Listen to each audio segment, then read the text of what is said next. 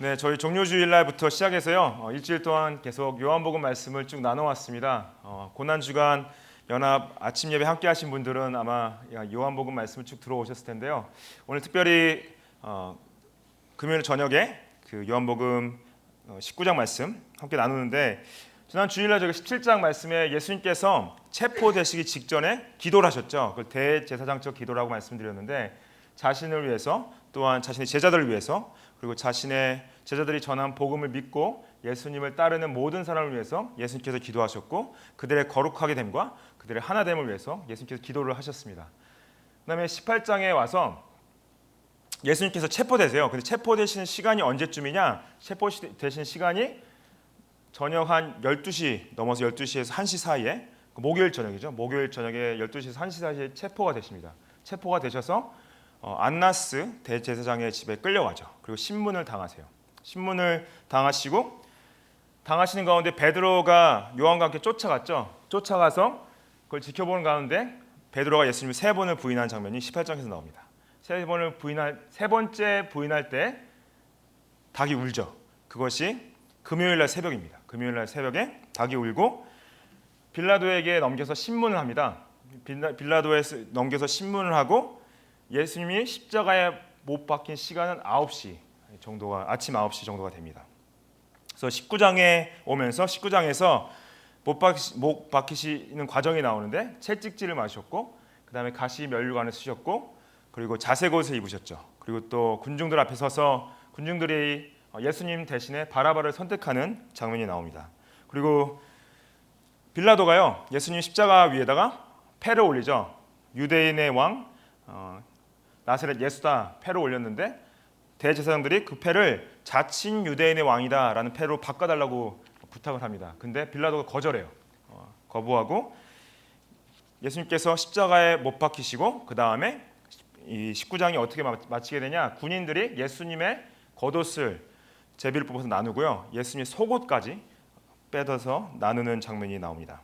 그리고 예수님께서 그 못 박히신 상태에서 요한에게 자신의 어머니를 맡기는 장면이 나오죠. 그리고 나서 이제 19장 후반에 오늘 28절 말씀이 나오는데, 오늘 특별히 오늘 말씀 가운데서 예수님께서 십자가에서의 죽음 이후에 어떻게 하나님의 말씀을 성취하시고 이루셨는지를 한 6가지 정도 함께 같이 보기 원합니다. 첫 번째로요, 19장 28절에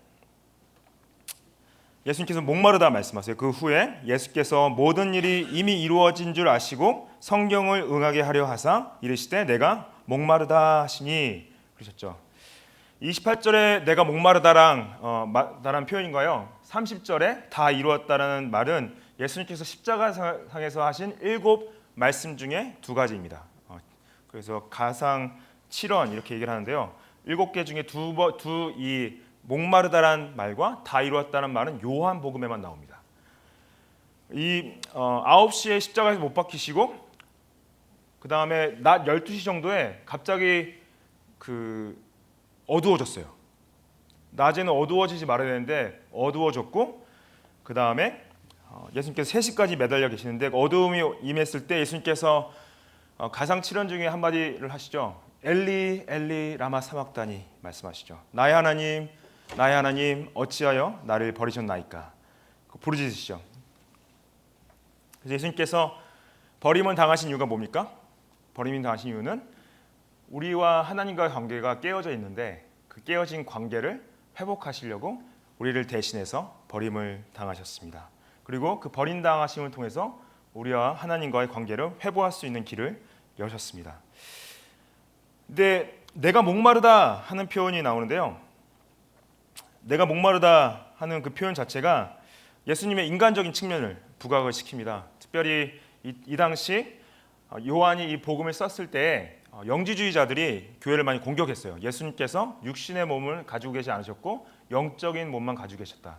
특별히 이 사도 요한이 기록하는 가운데 영지주의자들에게 이 예수님의 인격과 동시에 신격을 강조하시기 위해서 이러한 표현을 썼습니다. 동시에 예수님의 어떤 육적인 갈증 자체가 내면의 영혼의 갈등과 고뇌를 내포하고 있는 거죠. 목마르다 말씀하시는 것 자체가.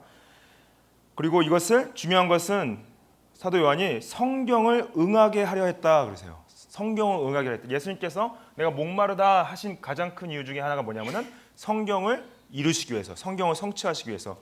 이 말씀은 어디를 성취하신 거냐? 시편 22편 15절을 성취하신 것입니다. 내 힘이 말라 질그릇 조각 같고 내 혀가 입천장에 붙었나이다. 주께서 또 나를 죽음의 진토 속에 두셨나이다. 이것이 메시아로서 예수님께서 내가 목마르다 했던 것은 단순히 육적인 갈증을 호소하는 걸 넘어서서 하나님의 말씀을 이루시는 말씀이셨습니다.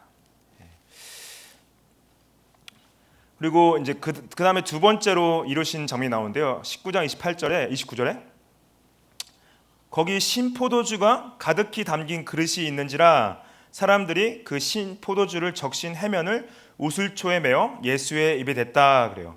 그래서 신포도주는 당시 로마 군인들이 사형을 치르는 동안 본인들이 목이 마를 수 있으니까 그 목을 축이기 위해서 그때 당시 이제 물보다 포도주가 더 구하기가 쉬웠기 때문에 그 신포도주를 두고 목을 축이고 있었습니다. 되게 값싼 이 포도주였는데 이것을 좀 오해하지 말으셔야 될 게 뭐냐? 마태와 마가는 쓸개 탄 포도주, 모략을 탄 포도주를 이 군인들이 예수님께 마시라 권했다 얘기를 해요. 근데 이게 여기서 말하는 이 요한이 말하는 신포도주와 마태와 마가가 말하는 쓸개 탄 포도주와 모략 탄 포도주는 다른 시간에 말을 한 겁니다. 이거는 예수님이 거의 죽기 직전에 말씀하신 거고요.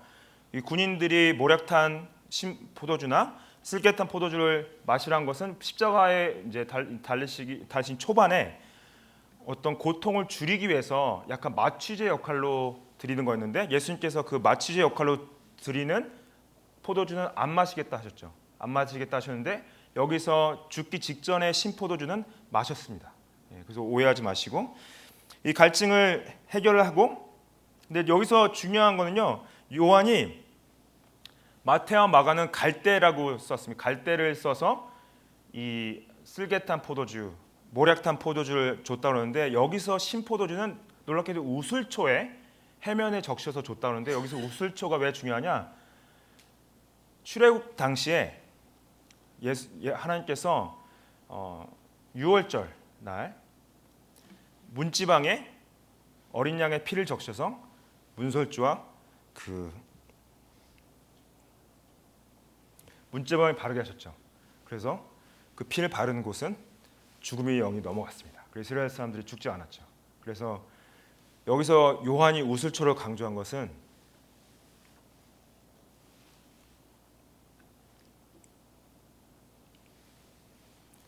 예수님의 그 어린 양 되심을 강조하기 위해서 표현한 것입니다.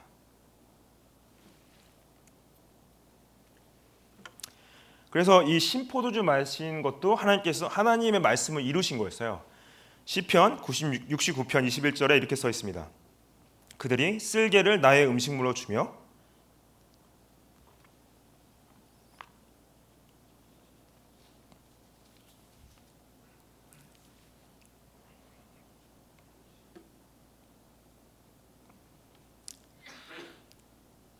목마를 때 초를 마시겠다 써 있죠.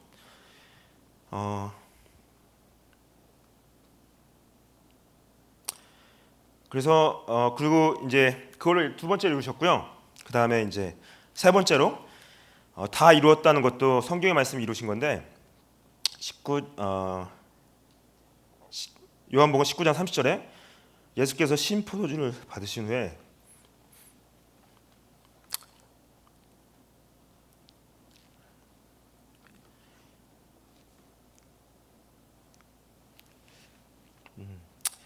이르시되 다 이루었다. 여기서 무엇을 다 이룬 것일까요?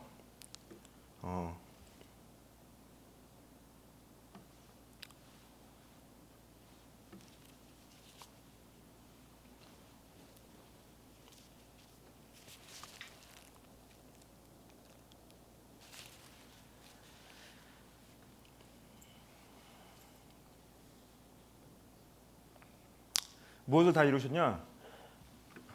우리의 죄를 죄 없으신 분이 완전하신 분이 대신 지시고 죽으신 것을 다 이루신 것입니다. 그러고 나서 영원히 떠나가시니라 이 말씀이 나오죠. 영원히 떠나가셨다는 것은 놀랍게도 영원히 이 떠나가셨다는 헬라어 원어가요, 수동태가 아니라 능동태로 써 있습니다. 능동태로 써 있는 것은 여기서 영어로 보시면 He gave up His Spirit 이렇게 써 있어요. 그래서 His Spirit left가 아니라 He gave up His Spirit. 그래서 능동태로 써져 있는데 이게 뭐냐? 자신의 영혼을 내어줬다는 표현입니다. 자신의 영혼을 드렸다는 표현이고요. 이 말씀이 이사야의 말씀을 성취하시는 것입니다. 이사야서 53장 12절에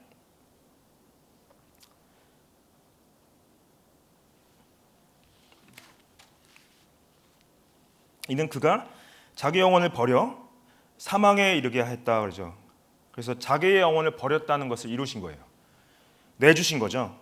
여러분들, 우리 중에 나의 영혼을, 자신의 영혼을 내줄 수 있는 능력이 있는 사람이 있습니까? 그거는 내 안에 있는 영혼은 내 마음대로 할 수가 없어요. 내 마음대로 내 영혼을 내어줄 수가 없습니다. 근데 예수님께서는, 하나님의 아들이신 예수님만이 자신의 내 영혼을 내어줄 수 있는 능력이 있으십니다. So He gave up His Spirit for you. He gave up His Spirit for us. 예. 그리고 이제 네 번째로 이루신 것이 다리를 꺾이지 않으신 부분인데요. 죄송합니다.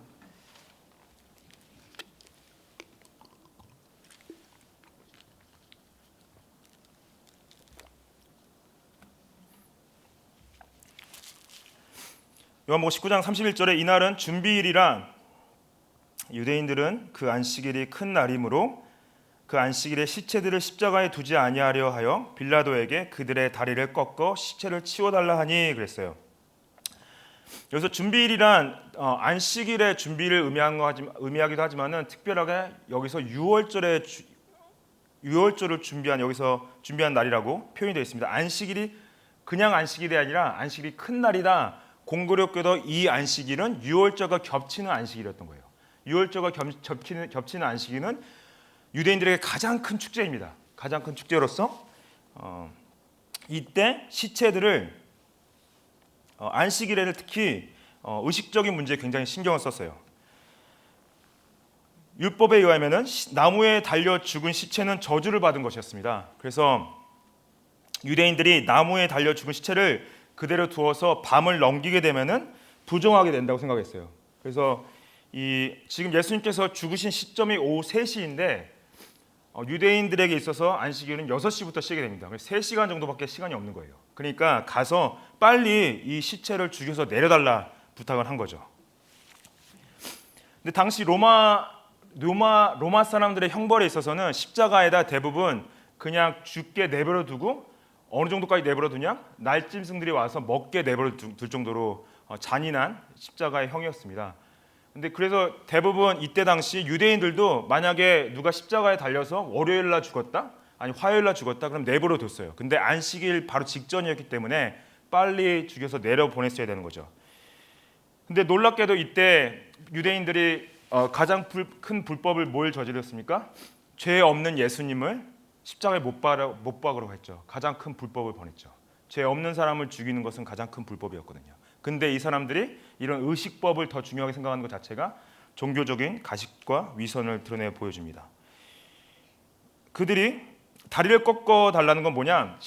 여러분 십자가 보셨죠? 십자가에 보면 예수님께서 아니면 그 도둑들이 십자가 위에 발을 댈 수 있는 버팀대를 달아줍니다. 버팀대를 달아주면은 죄수들이 단시간에 죽지 않아요. 왜냐하면 버틸 수 있기 때문에 서서히 고통받으면서 죽는 겁니다. 근데 신속하게 빨리 죽어야지 내릴 수가 있으니까 다리를 쳐요. 다리를 큰 망치로 치면은 꺾이니까 더 이상 버팀목에 자신의 무게 중심을 둘 수가 없어요. 그러면 출혈도 더 빨리 진행이 되고 죽음도 빨리 오게 되는 거죠. 그래서 다리를 꺾으라고 얘기를 하는 거죠. 그래서 19장 32절에 보시면은 군인들이 가서 예수와 함께 못 박힌 첫째 사람과 또 그 다른 사람의 다리를 꺾었다 그러죠. 예수님 양쪽에 도둑들이 매달려 있었죠. 그 두 사람은 다 다리가 꺾인 상태에서 죽게 됐습니다.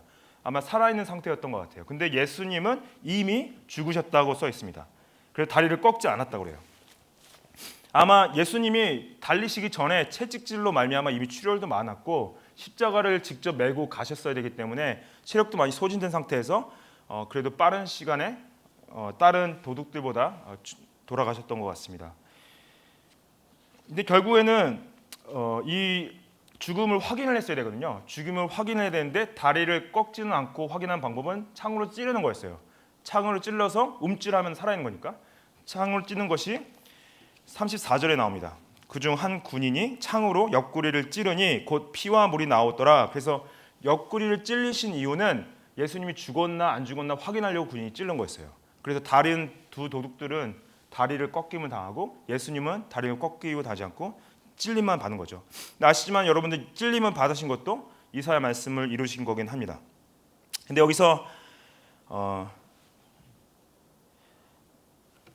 이 35절에 보면은 이를 본 자가 증언하였으니 이 증언이 참이라 그가 자기의 말하는 것이 참인 줄 알고 너희로 믿게 하려 함이니라. 요한이 갑자기 예수님의 죽음을 기록하다가 자신의 증언이 진짜다, 내가 직접 봤다, 그리고 내가 말하는 게 참이다, 이걸 말하는 나의 목적은 너희로 믿게 하는 것이다. 아까도 말씀드렸지만은 영지주의자들이 예수님이 가진 몸이 육체적인 몸이 아니라 영적인 몸이기 때문에 고통이 없이 죽었다고 말하는 사람도 있었기 때문에 이건 참이고 예수님의 죽음은 육체적인 죽음이었다, 그걸 확인하기 위해서 말하는 거였고요. 동시에 이거를 읽는 모든 사람들이 믿게 하기 위해서 자신이 이것을 기록했다고 말을 하고 있습니다.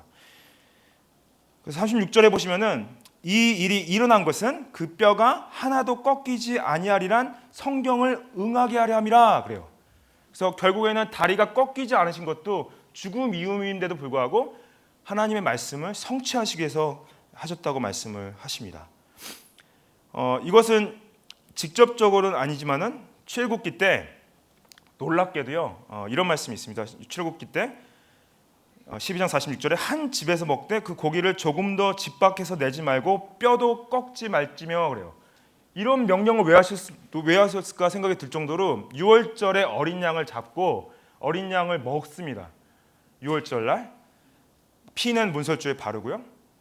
근데 그 먹는 어린 양의 뼈는 꺾지 말라. 왜 이런 말씀하셨을까요? 예수님께서 십자가에서 꺾이지 않으심을 이루시기 위해서.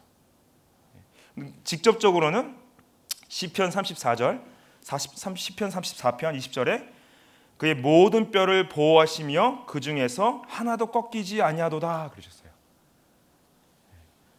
그래서 다리를 꺾이지 않으시는 이유가 하나님의 말씀을 성취하신 것이었습니다. 근데 이거는 놀랍게도 예수님께서 죽은 이후에 말씀이 성취된 거였죠. 그리고 또 요한복음 19장 37절에 또 다른 성경에 그들이 그 찌른 자를 보리라 하였느니라 그러시죠. 이 찌른 자를 본다. 그리고 또 다른 성경이란 것은 우리가 아는 성경 외에 다른 성경을 말하는 게 아니라 당시 성경이 정경 66권이 다 만들어진 상태가 아니었죠. 또 다른 성경이라는 것은 그 이제 유대인들은 모세 율법 토라와 그다음에 선지서와 시가서 세 가지로 분류해서 책을 생각했는데 또 다른 성경이라는 것은 특별히 선지서를 의미하는 것이었습니다. 선지서 중에 스가랴서 말씀인데요. 스가랴서 말씀이 이런 말씀이 있습니다. 스가랴서 12장 10절에 내가 다윗의 집과 예루살렘 주민에게 은총과 강구한 심령을 부어주리니 그들이 그 찌른 바 그를 바라봤다 그래요. 놀랍죠. 스가랴 선지자가 하신 말을 하나님께서 또 이루시는 것을 볼 수가 있습니다.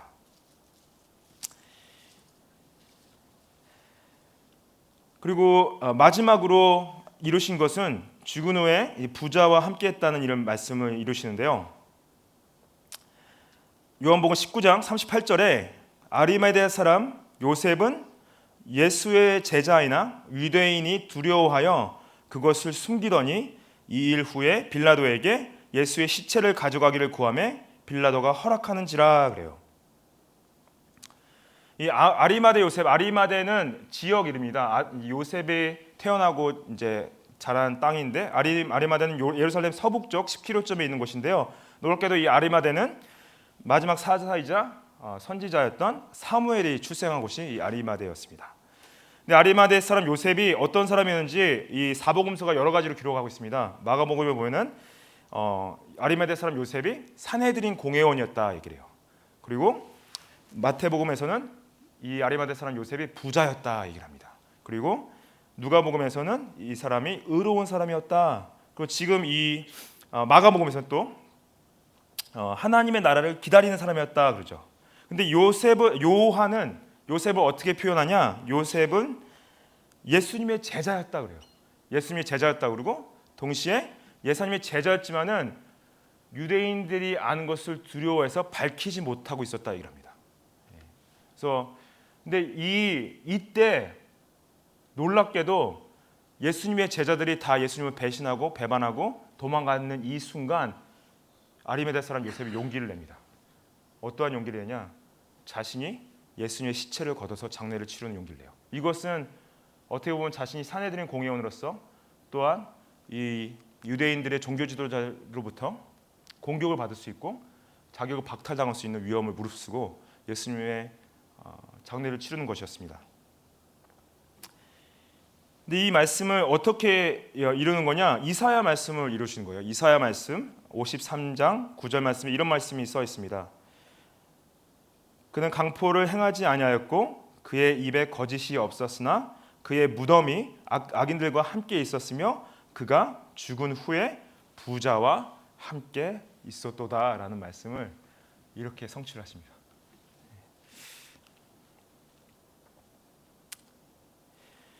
그래서 나중에 보면은 니고데모도 와서 같이 장례를 치러주고요. 그 다음에 장례하는 가운데 막달라 마리아와 요셉의 어머니 마리아 등도 함께 있었던 것을 저희가 알 수가 있습니다. 그리고 오늘 그 19장 41절 말씀에 예수님의 이 묻히신 곳이 한 사람도 아직 사람을 장사하지 않는 새 무덤이었다고 말씀하세요. 새 무덤에 묻히신 것은 무엇을 의미하냐? 부활로부터 시작된 예수님의 영광과 승리를 예고하는 것을 새 무덤에 붙였다고 말씀을 하시고 있습니다. 예수님의 죽음은 하나님께서 창세전부터 계획하신 것들을 이루어 가신 거였어요. 구약에 하나님께서 선지자들을 통하여서 이 메시아가 이루어야 될 성취할 말씀들을 지속적으로 말씀하셨습니다. 예수님께서 그 말씀들을 이루시고 본인의 죽음이 진정한 하나님의 계획 가운데서 우리를 구속하실 참된 메시아였음을 증거하고 있습니다. 그것을 우리가 믿고요. 여러분들 예수님께서 이렇게까지 예수님이 여러분들 사랑하셨습니다. 그 사랑을 받으십시오. 그 사랑을 믿으십시오.